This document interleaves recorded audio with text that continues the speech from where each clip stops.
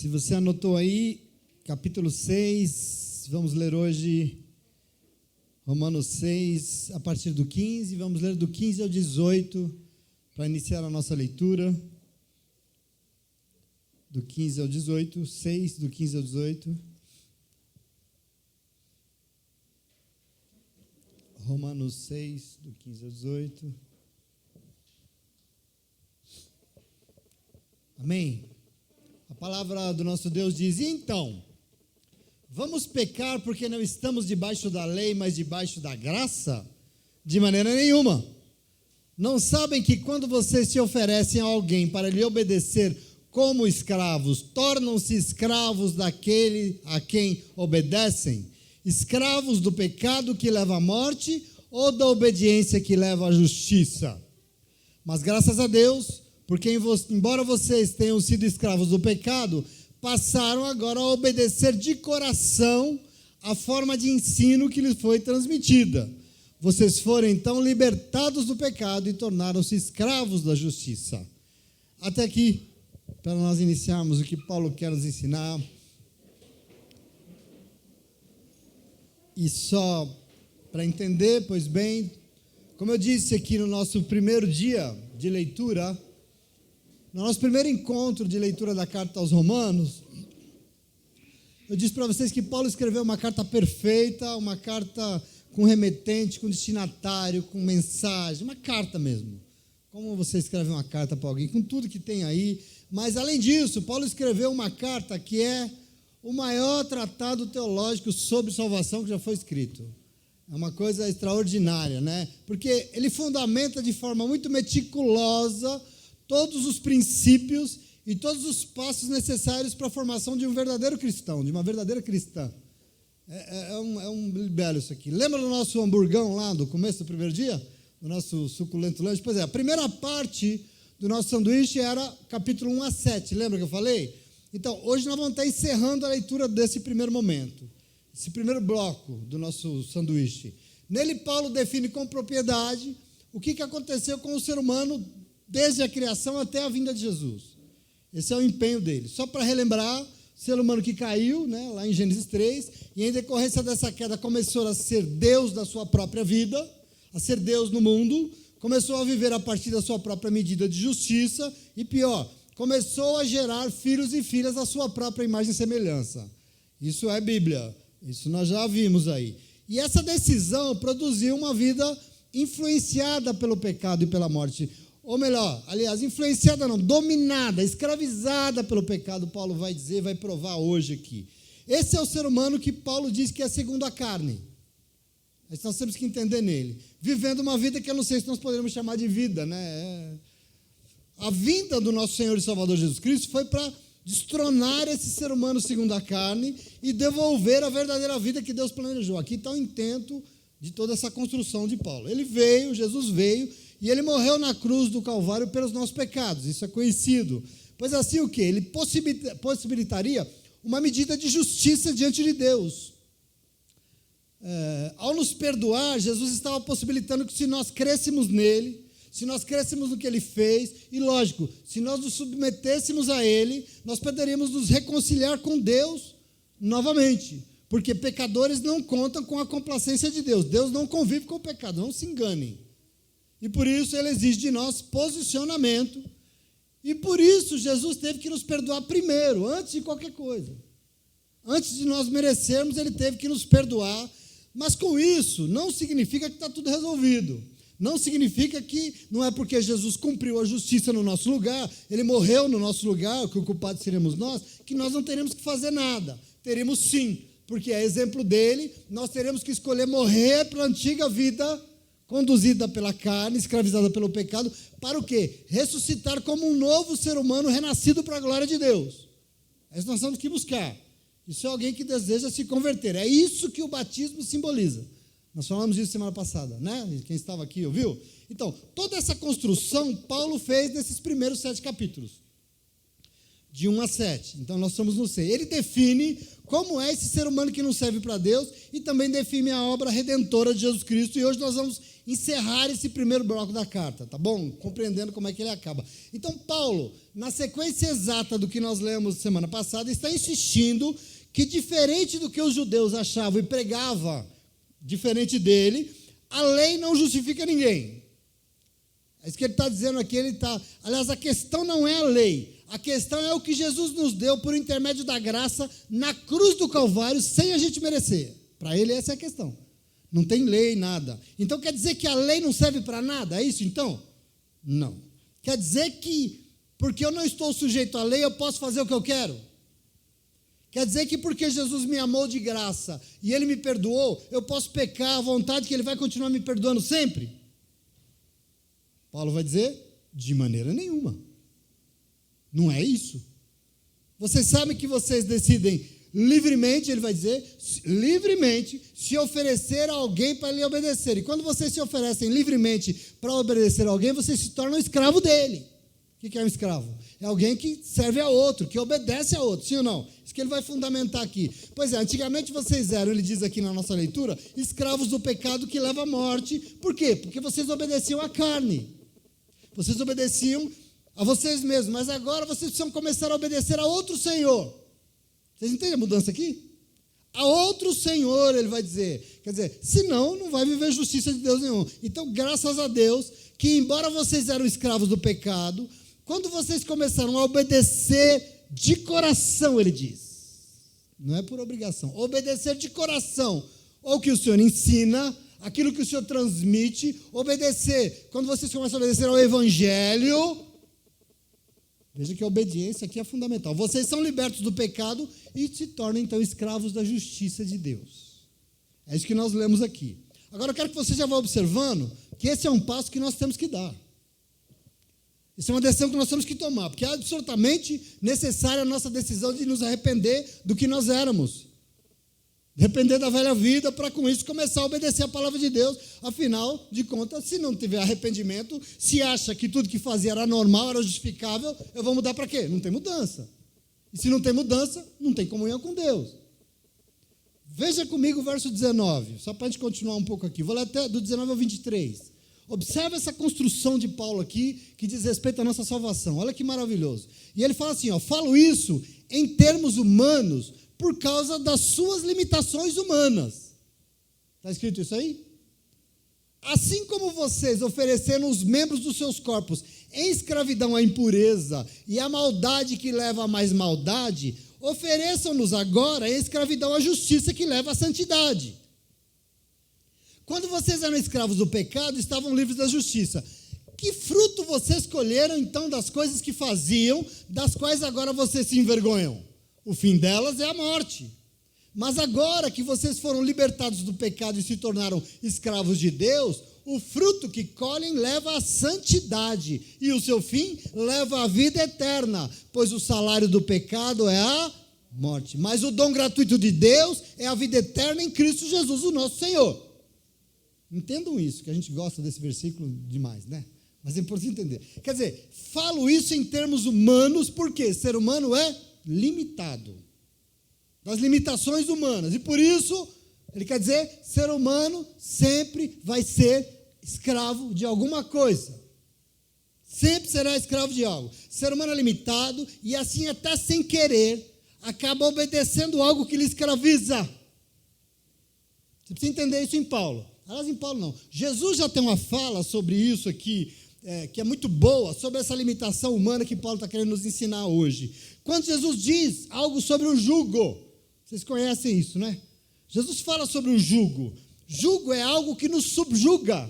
E Paulo vai estar dizendo aqui que o ser humano é limitado e por isso ele sempre se submete a um jugo que vai escravizar ele. Isso é humano. Por nós mesmos, nós sempre vamos acabar tomando decisões que colocam no nosso pescoço um jugo. O que é jugo? Vocês sabem o que é jugo, né? Jugo é aquela canga que você coloca no pescoço do boi, e geralmente em par, e você coloca ali e ele não consegue olhar nem para os lados, ele só consegue olhar para frente quando ele tem que ir. Ele é obrigado, quer dizer, contra a vontade dele, ele só pode ir numa direção. Isso é um jugo que nos obriga, que nos oprime, que nos escraviza. Quer dizer, é algo que nos faz fazer as coisas contra a nossa vontade. Isso é jugo. E eu quero que você entenda isso. Nossa decisão, aliás, bem inteligente, de fazer as coisas do jeito que a gente acha melhor, acaba colocando um jugo no nosso pescoço e nós acabamos subjugados, acabamos escravos das nossas decisões. Você vai entender isso aqui hoje.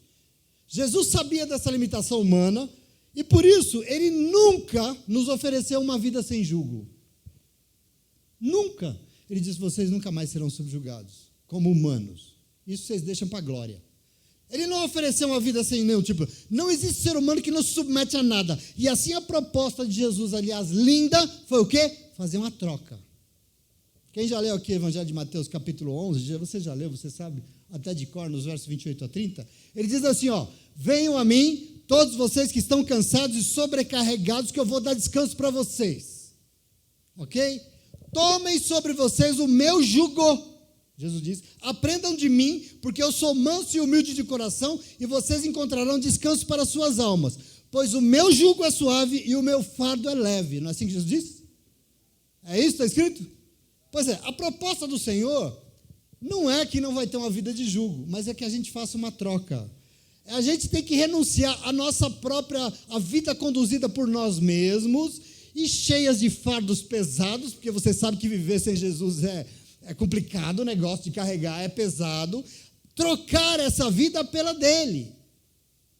Não sei se você entende isso. Trocar pela condução dele. Se render a ele, deixar ele levar, deixar ele nos mostrar, aprender com ele, ele fala, e nos submeter inteiramente ao governo dele, porque a vida governada por ele é muito mais leve, muito mais suave. Sim ou não? Só quem vive sabe o quanto o Senhor é leve diante de todo o jugo da vida. Agora, quer dizer que ser humano gosta disso, acha que tem que ser livre a todo custo. O grande sonho da humanidade é o quê? Liberdade. Para quê? Fazer o que quer. Quem é o ser humano que não sonha com isso? Sim ou não? Esse é um grande mote, a filosofia fala, todo mundo, a gente quer ser livre, liberdade é o grande sonho humano. Por isso a gente acha que a gente pode fazer o que a gente bem entende. A gente pensa isso, a gente acha que a gente é livre, mas tudo que a gente consegue é se tornar escravo, às vezes de nós mesmos, das nossas escolhas. Escravizado, acorrentado, arrastando bola de ferro por aí. Você realmente é livre. Eu quero dizer para você, ninguém te obriga. E por isso Paulo diz, a gente mesmo se submete. Não vem me dizer que te acorrentaram e obrigaram você. A gente mesmo se submete, por isso Paulo diz, e por isso vocês ofereceram o corpo de vocês para a escravidão, porque vocês permitiram que a carne mandasse. E por isso eram escravos da impureza, da maldade, só produz mais maldade. Agora ofereça os seus corpos à justiça que vai tornar vocês santos. Observa isso, tem algo aqui que é muito importante, porque as pessoas não entendem isso. Tem algo que a humanidade não entende, desculpa. Ser humano quer porque quer ser livre a qualquer custo. Ok. E esse anseio de liberdade, eu tenho certeza que foi o Senhor que colocou no nosso coração, porque o Senhor nos fez para a liberdade, né? Mas a questão é que não existe liberdade na carne. Esse é o problema de Paulo. Isso aqui é limitação humana. Não existe liberdade em nós mesmos. Isso que nós temos que compreender e construir isso aqui, porque a gente tem uma dificuldade de ver isso aqui. Pelo contrário, existe escravidão. A gente se escraviza nos nossos instintos, por exemplo. O cara come, ele tem que comer um balde, porque senão ele não está satisfeito. O que é isso? É uma escravidão. Escravidão à carne. Escravidão ao pecado, e assim a única dimensão que nos torna livres de fato é o quê? É Ele que nos criou, só Ele pode nos dar a liberdade. Aliás, por essa razão, a palavra de Deus diz em João 8,36, que você sabe também, que se o Filho de Deus te libertar, verdadeiramente você será livre. Ele nos libertar. Da mesma forma, na segunda carta de Coríntios 3,17, o apóstolo Paulo fala, ora, o Senhor é Espírito, e onde está o Espírito do Senhor, ali está a única e verdadeira liberdade que existe nesse mundo. Não tem outro lugar. E eu quero que você entenda isso. Por querer encontrar liberdade na vida segundo a carne, é que nós somos escravos de coisas que não nos ajudam em nada, que só pioram a nossa vida, as nossas decisões. E assim Paulo pergunta, que fruto vocês escolheram então das coisas que vocês faziam, que agora vocês sentem vergonha? Vocês ganharam o que com isso? o fim delas é a morte. Aí ele diz, mas agora, depois de Jesus, vocês foram libertos do pecado e da morte. Agora vocês podem viver a única e verdadeira liberdade que existe. Por isso, se submetam, sejam escravos de Deus, porque o fruto disso é a santidade, e o seu fim é a salvação, é vida plena, é vida eterna. Percebe que é uma troca daquilo que nos subjuga? É um plano de Deus. Pois o salário do pecado é a morte, mas o dom gratuito de Deus é a vida eterna em Cristo Jesus, o nosso Senhor, que é o único que pode verdadeiramente nos libertar de todo o jugo desse mundo, dando sobre nós o dele, a vida dele, o que ele espera de nós, não o nosso governo dele. E aqui eu chamo a atenção para você para duas coisas nessa frase que você gosta tanto. Primeiro, é que no mundo não tem nada de graça. Tudo tem preço. Observa que o diabo põe preço em tudo, né? Em tudo. Ele cobra alto por tudo. E por isso, o salário do pecado é a morte. Tem salário. Tem que pagar. Tem preço. Não é de graça. Mas veja, o contrário de tudo isso, para o Senhor, tudo é na dimensão da graça. Porque não tem preço. E por isso é o dom gratuito de Deus. Que é o contrário do preço do pecado e que você vai pagar tão caro. O Senhor vem e não cobrou nada para te salvar. Para te colocar à disposição tudo que você precisa para ser uma pessoa diferente. É de graça, é dom gratuito de Deus. Agora, a segunda questão aqui que eu queria colocar para você é a noção de santidade, que a gente entende isso tudo errado também. Porque aqui santidade não é a qualidade que você ouviu em algum lugar daqueles que são separados de tudo. Não, santidade para Paulo, e por isso às vezes ele fala de santidade nos lugares estranhos, ele chega na igreja de Corinto e fala, escreve a carta a todos os santos de Corinto, a igreja era uma confusão lascada, ele escreve para os santos de Corinto. Eu falo, Paulo deve ter dificuldade de achar os santos, mas não é. É que a noção de santidade para Paulo aqui não é essa de ser separado. Santidade aqui para Paulo é aquele que aceitou o chamado do Senhor, aceitou morrer e nascer de novo, e se tornou propriedade exclusiva de Deus. Esses são os santos. Propriedade exclusiva. E por isso faz o quê? Obedece ao que Deus manda. Aqui está a noção de santidade para Paulo. Os membros do crente são santos. Por quê? São membros do seu Senhor e estão a serviço do seu Senhor. Ele nos deu o privilégio da santidade, não para nós nos acharmos melhor do que ninguém, para a gente se separar de tudo e não nos envolver, não. Mas santos e santas são todos e todos que aceitaram o chamado e foram se envolver com a justiça do reino de Deus. São todos e todas que aceitaram o chamado de Jesus e foram viver a nova vida que ele veio nos ensinar e propor e nos dar. Isso é santidade para Paulo, isso é muito importante. E assim nós chegamos ao final desse bloco, capítulo 7, verso 1. Tudo bem até aqui? Está claro essa construção que nós estamos fazendo aqui já há uns dias? Ok, no capítulo 7, ele começa assim, ó. Vocês estão acompanhando, né? Está difícil, não? Tenho repetido isso já há um tempo, né? Acho que está claro. Versículo 1 diz, meus irmãos, minhas irmãs, falo a vocês como a pessoas que conhecem a lei. Vou ler até o 6, tá? Acaso vocês não sabem que a lei tem autoridade sobre alguém apenas enquanto ele vive? Por exemplo, pela lei, a mulher casada está ligada ao marido enquanto ele estiver vivo. Mas se o marido morrer, ela estará livre da lei do casamento. Por isso, se ela se casar com outro homem enquanto seu marido ainda estiver vivo, será adúltera. Mas se o marido morrer, ela estará livre daquela lei e mesmo que venha se casar com outro homem, não será adúltera. Assim, meus irmãos e minhas irmãs, vocês também morreram para a lei por meio do corpo de Cristo, para pertencerem a outro, a quem? Aquele que ressuscitou dos mortos, a fim de que nós venhamos a dar frutos para Deus. Pois quando éramos controlados pela carne, as paixões pecaminosas despertadas pela lei atuavam em nossos corpos, de forma que dávamos frutos para a morte. Mas agora, morrendo para aquilo que antes nos prendia, fomos libertados desse casamento maligno da lei, para que sirvamos conforme o nosso modo, o novo modo do Espírito Santo, e não segundo a velha forma da lei escrita. Vamos entender isso aqui? Acho isso aqui interessante, essa analogia que ele faz, né? A proposta de Jesus é que nós o imitemos, sim ou não? Vocês vão fazer coisas maiores, vocês vão me imitar, amém. Por isso nós temos que fazer o quê? Morrer, certo? Para tudo que nós éramos, já entendemos isso? Ok. Assim, antes a lei tinha autoridade sobre a nossa vida, por quê? Porque nós éramos meio casados com ela. Entretanto, assim como Cristo morreu para nos libertar, nós também morremos, e como morremos, acabou o casamento. Essa é a brincadeirinha de Paulo aqui. Afinal, quando o marido morre, a mulher pode casar de novo, que não tem problema nenhum.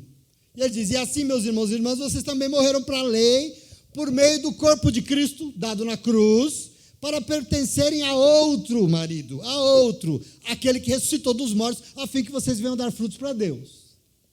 Observa aqui, é um novo casamento, é uma nova responsabilidade, é uma nova vida, é um novo relacionamento, agora com o Senhor, dando frutos que Deus espera de nós.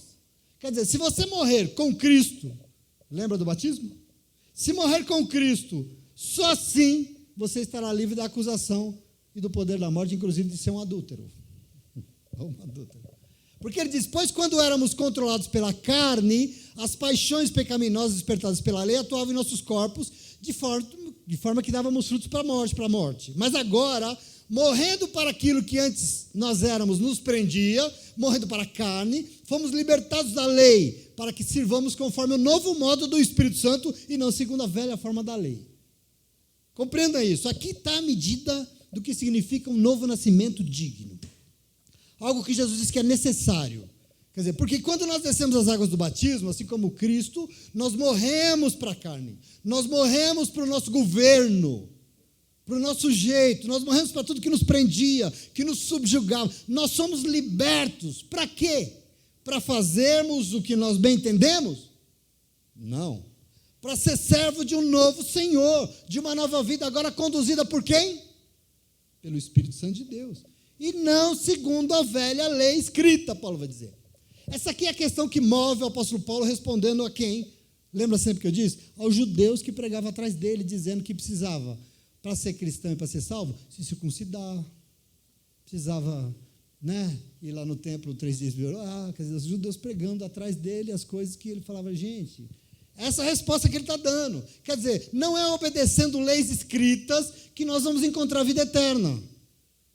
Não é circuncidando, como diz os judeus, porque a lei manda circuncidar, sim ou não. Não é sendo legalistas, mas é nos rendendo ao governo do Espírito Santo que nós seremos salvos. Medida de salvação, medida de mudança de vida. Observe que não é a vida como nós queremos, não é a vida como os outros querem, não é a vida como o teu pastor quer, não. É a vida que é conduzida pelo Espírito, é pelo que o Espírito quer. É Ele que diz. Aliás, eu sempre fico feliz com isso, porque eu tenho uma experiência de vida que você acompanha comigo, que nós servimos a um Deus e o Espírito sempre vem e fala, sim ou não? Sempre fala conosco, o Espírito se revela, o Espírito vem e sopra, e principalmente o Espírito reúne um povo e se revela no meio desse povo reunido, sim ou não? Ele tem essa preocupação, ele inspira uma palavra não sobre leis. Ele não quer que nós tenhamos culto de doutrina. Não é uma palavra de legalismo. Não. É uma palavra que nos dá vida e vida eterna. É o caminho da nossa salvação, é o caminho de vida eterna. Quem que nos dá? O Espírito de Deus que vem e se revela no meio do seu povo. Esse aqui é o problema de Paulo. É importante que nós entendamos. Veja o verso 7. Que maravilhoso. Ele diz assim, o que diremos então? A lei é pecado? De maneira nenhuma. De fato, eu não saberia o que é pecado se não existisse a lei. Pois, na realidade, eu não saberia, por exemplo, o que é cobiça se a lei não mandasse, não cobiçarás. Então, veja a medida que está aqui. Presta atenção, porque nós vivemos um contexto de igreja evangélica profundamente legalista, dando um código de doutrina para o tamanho da sala da irmã, dos conjuntos de norma que pode, o irmão pode, se não pode, se deve, se não deve. Quer dizer, a gente vive nesse contexto. Veja, já disse isso, Paulo, para ele existe uma intenção muito clara no coração de Deus quando nos deu a lei. Para quê? Era para acabar com a nossa ignorância. Porque nós éramos ignorantes sobre o que Deus queria de nós, porque nós não tínhamos a lei escrita. Era essa intenção de Deus. A lei é importante por quê? Porque ela revela o pecado que havia em nós e nós não sabíamos. Quando você não ia para a igreja ouvir palavra, você fazia as coisas e não sabia que era errado. E você pode até alegar para o Senhor, eu sou um ignorante. Mas depois que foi te dada a palavra, cadê a ignorância? Você sabe agora. Presta atenção aqui. Então, ela é importante porque revela o pecado que existia em nós. Entretanto, o papel da lei, a função da lei é revelar e não salvar. Que é o contrário do que diziam. A lei revela o pecado em nós, mas ela não salva. Nós não seremos salvos porque nós cumprimos rigorosamente um conjunto de doutrinas, porque nós somos legais. Não, aliás, pelo contrário, porque Paulo vai dizer daqui a pouco, isso tudo mata o Espírito. Isso tudo mata, mas nós seremos salvos quando Jesus nos libertar e o Espírito Santo de Deus vier e começar a governar a nossa vida. Aqui tem salvação. Isso é muito importante para ele. Então, o nosso compromisso não é com as leis da minha igreja. Mesmo porque, não sei quanto a você, mas ser humano no geral adora descumprir uma leizinha, né? Sim ou não? Botou uma lei, ele quer descumprir, ou não? E por isso o meu compromisso não é com lei, meu compromisso é com quem? É com Jesus e com o Espírito que habita dentro de mim, que fez morada no meu coração, que habita essa casa dele aqui, em nome de Jesus. E eu digo isso porque eu conheço um monte de gente que conhece direitinho o que pode e o que não pode fazer. Direitinho, ele sabe. Mas a pergunta é, a pessoa obedece ao quê? Tem ser humano aqui nessa noite? Uma lei dizendo para não fazer não é suficiente para as pessoas não fazerem. Eu quero que você entenda isso. Eu sei que não faz bem. Eu sei que mata. Eu sei que vai causar um estrago danado. Por que eu sei? Porque a lei já diz que não pode, que vai fazer isso, que vai causar estrago. Entretanto, entre a lei dizendo que eu não posso e a minha carne dizendo que eu quero porque é gostoso, eu escolho o quê? Está aqui o problema de Paulo. Está claro isso ou não? Esse é esse ser humano que ele vai revelar aqui agora. Por isso a lei não garante nada. E se nós nos rendemos a esse legalismo, assim como os judeus no tempo de Paulo, nós não vamos vencer nada. Aliás, o legalismo que vive até hoje no coração de muito crente. Lei nem nada nesse mundo é suficiente para nos convencer a não fazer o que a gente já sabe que não deve fazer. E assim o único jeito de vencer a carne é qual? É nos submeter ao Senhor. Você tem que entender isso. Porque eu não vou fazer isso, não porque os outros não querem que eu faça. Eu não vou fazer isso não porque faz mal para minha família, não. Eu não vou fazer isso não porque a lei diz para eu não fazer, não. Eu não vou fazer porque Ele não espera isso de mim, está acabado. E o Espírito Santo de Deus está me constrangendo e eu não vou fazer porque Ele diz para eu não fazer e eu vou obedecer, eu não vou fazer. Essa é a única condição que faz você ser obediente. Não tem lei nenhuma. Entenda isso, isso é importante. Aliás, Paulo vai dizer algo muito interessante, que ele vai dizer que a lei dizendo para não fazer, produz em nós uma vontade doida de fazer. E já disse o velho deitado que tudo que é proibido é gostoso e a gente adora, a gente lambuza. Sim ou não? Não é isso que diz por aí? Veja o verso 8. Eu vou ler do 8 ao 11. Mas o pecado, Paulo vai dizer, aproveitando a oportunidade dada pelo mandamento, produziu em mim todo tipo de desejo cobiçoso. Quer dizer, a lei revelou que não pode, eu falo, não pode, mas é bom, né? Pois sem a lei o pecado está morto. Morto assim, está escondido. Era oculto, eu não sabia que era pecado. Antes eu vivia sem a lei. Mas quando o mandamento veio, o pecado reviveu. E eu morri, porque eu vivia nele. Descobri que o próprio mandamento, destinado a produzir vida, na verdade produziu morte. Porque o pecado, aproveitando a oportunidade dada pelo mandamento, enganou-me e por meio do mandamento me matou.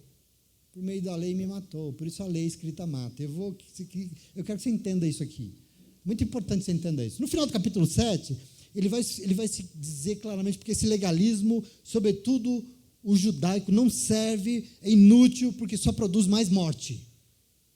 É um negócio muito sério. A lei veio para me abençoar, porque ela me mostrou o erro da minha vida.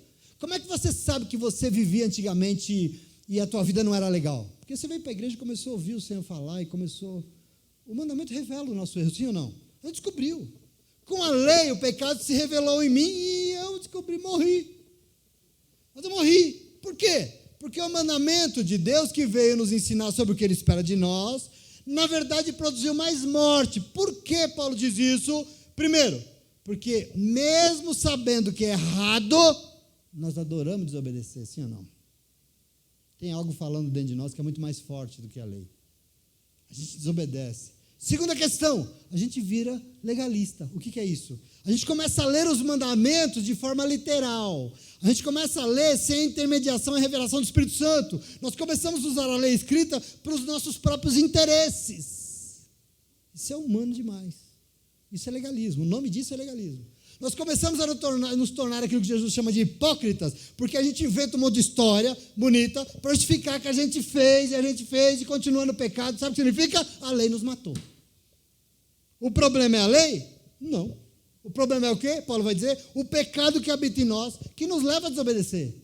Porque a lei não é problema. E ainda nos engana, deturpa, manipula a lei em nosso favor e não em favor de Deus. Isso é que o ser humano faz, isso que você vê por aí sendo pregado e das pessoas querendo ganhar dinheiro em cima da palavra de Deus. Não, que é isso? Deturpando essa verdade. Quer dizer, o pecado que habita todo ser humano, desde Adão, semana passada nós entendemos isso, manipula o mandamento. Os legalistas judaicos manipulavam a lei de Moisés, que Jesus falou, eu não vim para acabar com a lei de Moisés, eu vim para cumprir, porque vocês estão fazendo tudo errado com ela. Manipula. E as pessoas de hoje, mesmo sabendo que é errado, desobedecem e manipulam o que ouviram para se justificar. E assim justifica porque não muda de vida para continuar governados por si mesmo. Aqui está o problema nosso. E aí veja o verso 12 até o 16. Ele vai dizer, o problema não é a lei. De fato, a lei é santa. O mandamento é santo, justo e bom. Então, o que é bom se tornou morte para mim? Como assim? De maneira nenhuma. Mas para que o pecado se mostrasse como pecado, ele produziu morte em mim por meio do que era bom. De modo que por meio do mandamento ele se mostrasse extremamente pecaminoso. Nós sabemos que a lei é espiritual, contudo eu não sou. A lei é espiritual e eu, contudo, não sou. Por quê? Porque eu fui vendido como escravo ao pecado. E ele diz, e eu não entendo o que eu faço, pois eu não faço o que eu desejo, mas o que eu odeio. E se faço o que não desejo, eu admito, a lei é boa, ela está revelando a miséria que eu sou. É genial isso, né? Veja, a questão não é a lei, a questão sou eu que sou escravo do pecado e por isso eu não entendo o que eu faço, eu não tenho controle sobre os meus desejos. Lógico, tem alguém governando a minha vida? Tem um governo, não esquece, a gente é escravo. Por isso que eu não faço o que eu quero. Nós temos que confessar, meu irmão, minha irmã, toda vez que a gente faz uma grande burrada na vida, uma besteira, sobra um arrependimento miserável, sobra ou não? Aí você fala, quando eu vi já falei, né? Só sobra arrependimento. A frase boa é, se arrependimento matasse, né? Se matasse. Mas, queridos, a verdade é que Paulo descortina no final aqui da sua exposição, desse ser humano segundo a carne, que nós, por nós mesmos, não controlamos nada. E você precisa entender isso, para entender você, para entender o que o Senhor espera de você e para vencer nessa vida, para vencer qualquer pecado, qualquer miséria que se levante, qualquer tentação que se levante contra você.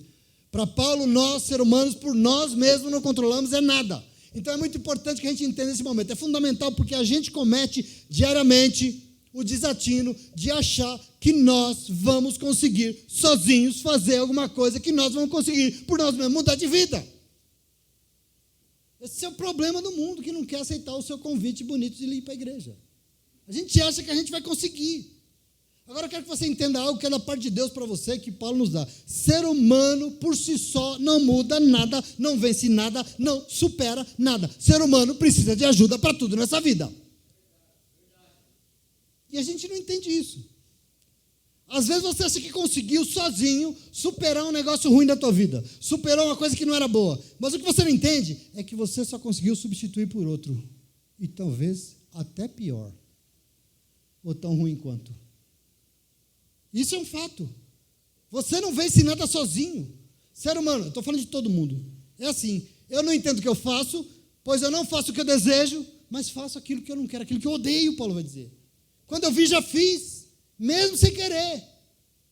Existe algo mandando, existe um governo. É a revelação da limitação de todo ser humano, desse ser humaninho achando que é Deus, mas nem a si mesmo controla. Como assim Deus?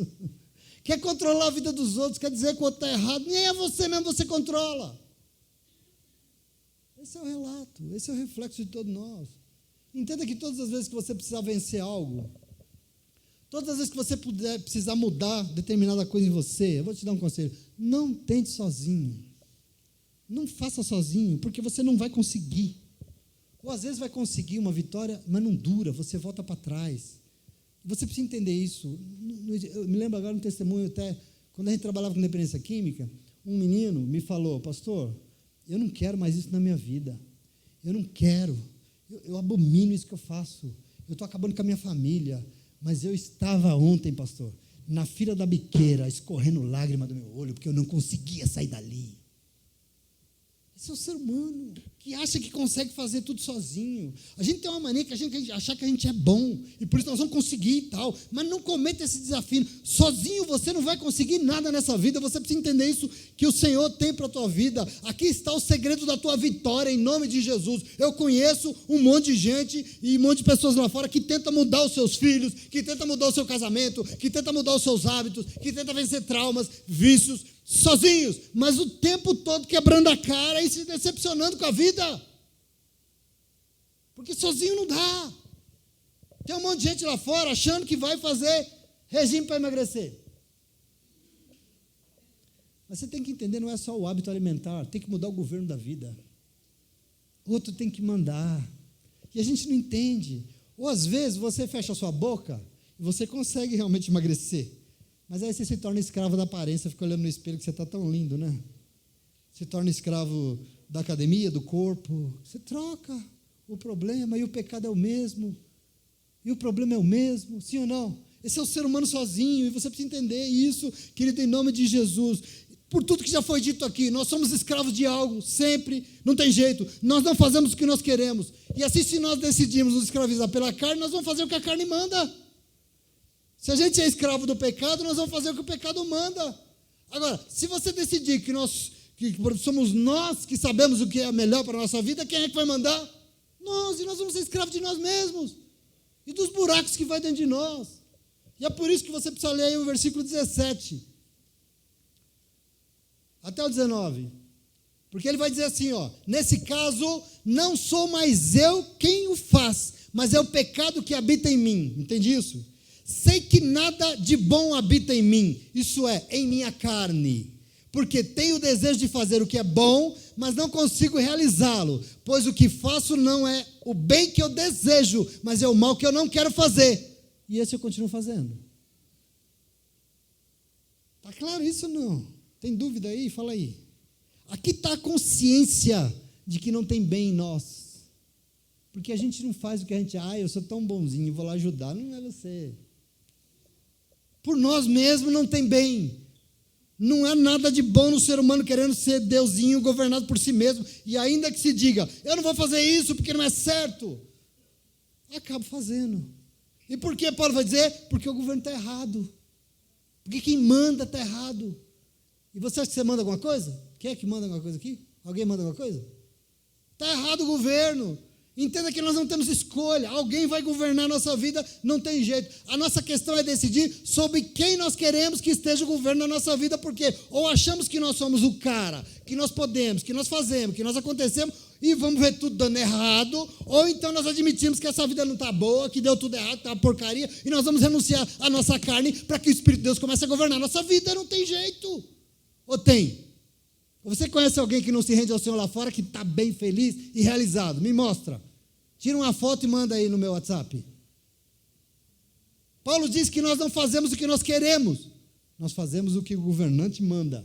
Então, veja, para sair alguma coisa de boa daqui de nós, tem que ser um governo decente, né? Nós precisamos eleger alguém melhor. Senão, vamos continuar fazendo o que nós não queremos. Vamos continuar magoando os outros, sendo magoados. Não tem jeito. Nós somos escravos de qualquer jeito. Isso é importante que você entenda. Veja o verso 20, eu estou acabando já, tá? Não fica triste, não. Verso 20 até o 23. Ora, se faço o que eu não quero, já não sou mais eu que faz, mas o pecado que habita em mim. Assim, eu encontro essa lei que atua dentro de mim. Quando eu quero fazer o bem, o mal que está junto de mim.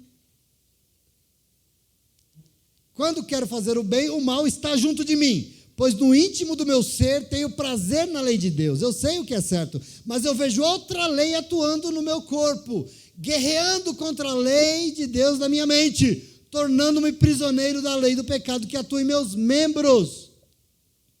Está claro aqui, escancarado, a nossa incapacidade de controlar a vida, sim ou não?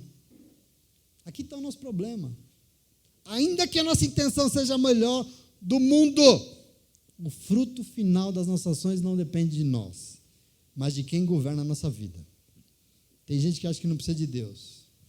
Paulo diz que estabelecemos um conflito entre aquilo que nós queremos e o que nós fazemos. É conflitivo aqui. Você decide a partir de agora que você vai mudar os hábitos da sua vida. A partir de hoje eu vou mudar, pastor. Daí eu lhe pergunto, sozinho, filho? A partir de hoje nunca mais eu vou fazer isso, pastor. Eu não vou mais fazer determinada coisa. Eu vou dizer para você, sozinho? Entenda os caminhos para vencer a carne que nos escraviza. Entenda os caminhos que nos coloca diante dos planos de Deus. Entenda definitivamente. Entenda os caminhos da nossa salvação. Porque essa vida aqui só muda de verdade, e eu digo de verdade porque é uma mudança que nunca mais volta para trás. De verdade é uma mudança definitiva. Elas serão realmente superadas. Ela nunca mais vai mandar na tua vida. Quando você reconhecer que você não vai conseguir sozinho, você precisa de ajuda. É para isso que você vem na igreja. Porque você não é o cara. Porque o cara era Adão. E nós não. O que você precisa é morrer e nascer de novo. E quando você nascer de novo, nascerá um novo tipo de ser humano. Como assim? Um ser humano agora que consegue, que é bom? Não. Você vai nascer de novo agora governado pelo Espírito Santo, que é o único que é bom. Então não se trata de nós, melhorados, que vamos fazer algo de bom. Se trata de nós, rendidos ao governo do Espírito Santo, que vai sair de nós alguma coisa boa. Quem vai fazer somos nós? É Ele. E só Ele, em nome de Jesus. Amém? E só para encerrar, versículo 24 e 25. Ele vai dizer assim, ó. Miserável homem que sou. Quem me libertará do corpo sujeito a esta morte? Graças a Deus, por Jesus Cristo, nosso Senhor. De modo que com a mente eu próprio sou escravo da lei de Deus, mas com a carne sou escravo da lei do pecado. Entenda aqui para Paulo, na carne, aqui está a noção de Paulo que nós temos que renunciar à carne e ser governados pelo Espírito. Entende isso? Isso é fundamental. Quem nos libertará? Quem? Quem? Ele já morreu em nosso lugar. Como assim quem? Graças a Deus por isso. Portanto, queridos e queridas do Senhor, essa toda exposição que Paulo fez aqui, até aqui, né, desse ser humano segundo a carne, e mais do que nos revelar quem somos nós sem o Senhor, sem Jesus, nos ensinou os caminhos que o Senhor propõe para a nossa libertação. Esse é esse primeiro momento maravilhoso. Entretanto, eu chamo a atenção de vocês para como ele acaba isso aqui. Você precisa tomar posse disso. Da nossa incapacidade por passar por tudo que Jesus espera de nós, sozinhos. De achar que nós conseguimos pelo nosso próprio esforço. De achar que nós por nós mesmos. Porque, segundo Paulo, nós não vamos conseguir. E por isso só tem um jeito de alcançar tudo que o Senhor sonhou para as nossas vidas. O quê? Nós precisamos de ajuda. Nós precisamos de igreja porque nós sozinhos não conseguimos. Nós precisamos na igreja aprender a palavra de Deus porque nós precisamos de ajuda. E ajuda virá. E ajuda será revelada. Mas eu queria dizer para você, essa ajuda está no capítulo 8. Mas é assunto para a semana que vem, em nome de Jesus. Amém? É muito importante que vocês entendam esses primeiros 7 capítulos aqui. É fundamental. Está aí os estudos gravados. Leia de novo. Toma posse. Tem um caminho aqui maravilhoso.